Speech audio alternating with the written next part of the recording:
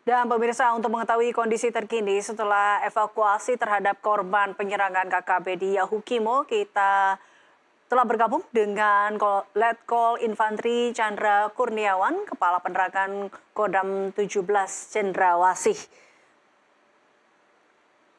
Kami ulangi, Pak Kolonel Infantri Chandra Kurniawan, terima kasih telah bergabung bersama kami, Pak Kolonel. Terima kasih, Elvira. Selamat sore. Salam sehat untuk Baik, kita semuanya. Pak Chandra, ini kita tahu bahwa koreksi bila kami salah, jadi terdapat 10 orang diantaranya adalah tenaga kesehatan dan juga tenaga pendidik di sini diserang dan kemudian disandra oleh anggota KKB di sini dan 1 orang tewas. Mungkin Anda bisa menjelaskan terkait dengan kejadian ini, Pak Chandra.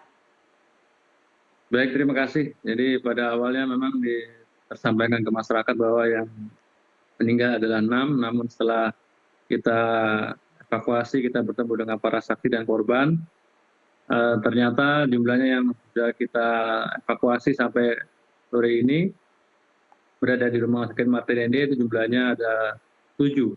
Ada 7, 1 meninggal dunia yang tadi disebutkan, seorang guru, kemudian 6-nya luka-luka.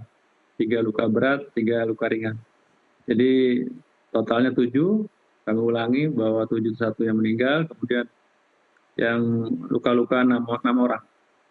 Baik. Demikian. Baik. Untuk jumlah korban. Untuk jumlah korban.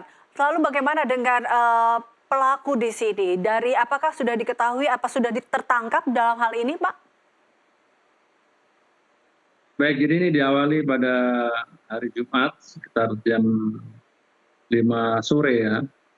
Gerombolan OPM ini menyerang dan dari saksi tadi pada saat dijenguk oleh Bapak Panglima, saksi-saksi menyampaikan bahwa pelaku ini menggunakan samaran warna hitam, sehingga siapa-siapa pelaku ini masih belum diketahui dan sampai saat ini sedang dicari pelaku ini.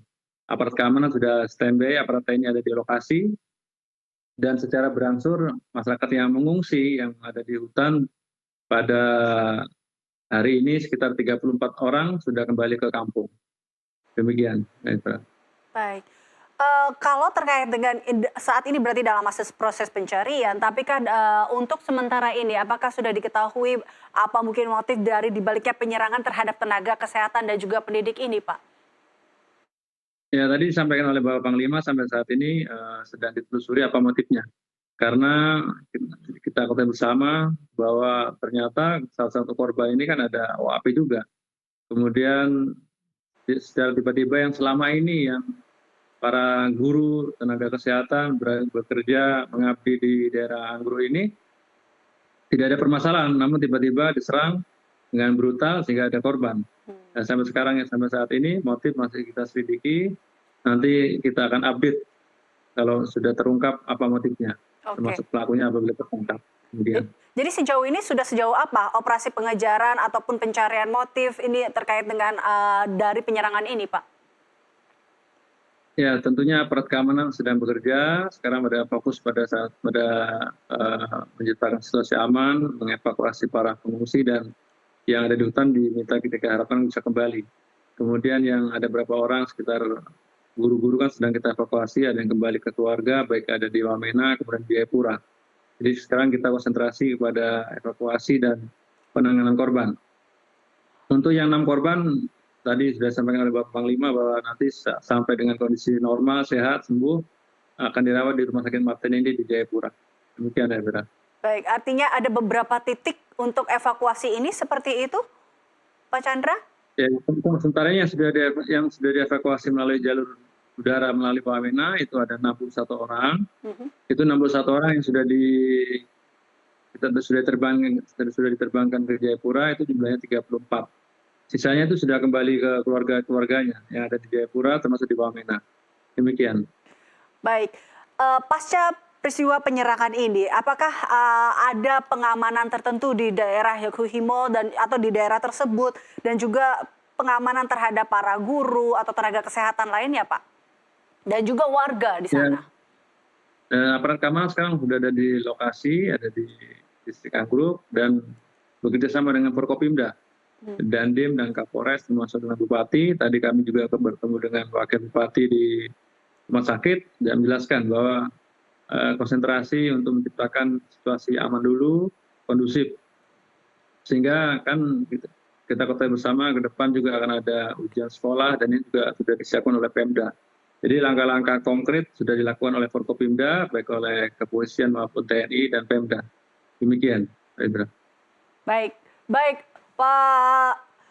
Pak Chandra, satu lagi. Jadi kalau kita lihat apa yang memang harus dilakukan, mungkin ada ini kerjasama antara TNI Polri juga terkait dengan penyerangan ini. Lalu bagaimana himbauan dari PH TNI sendiri kepada warga ataupun para tenaga kerja, mungkin tenaga pendidik, tenaga kesehatan yang masih berada di sana terkait dengan serangan ini?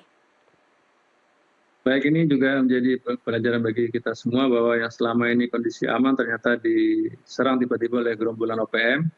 Tadi disampaikan bahwa Pemda bersama TNI Polri yang ada di daerah, khususnya di Yakuimo, akan konsolidasi, akan membahas tentang permasalahan-permasalahan yang muncul pada 1-2 hari ini.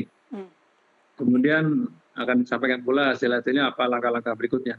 Karena ini menyangkut masyarakat banyak yang ada di kampung, kemudian anak-anak, pelayanan kesehatan, dan bagaimana bersekolah dan sebagainya.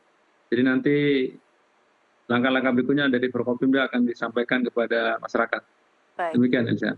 Baik, artinya ini sampai saat ini aktivitas belajar mengajar dan juga aktivitas warga dihentikan sementara seperti itu, Pak, sampai kondisinya memang kondusif, aman? Iya, betul sekali. Jadi sementara istirahatkan dulu sampai situasi benar-benar aman. Baik. Demikian, Elsa. Baik, Pak Chandra, terima kasih telah bergabung bersama kami dalam NTV Crime. Dan pemirsa, demikian perbincangan kita bersama dengan Kolonel Infanteri Chandra Kurniawan, Kepala Penerangan Kodam 17 Cendrawasih.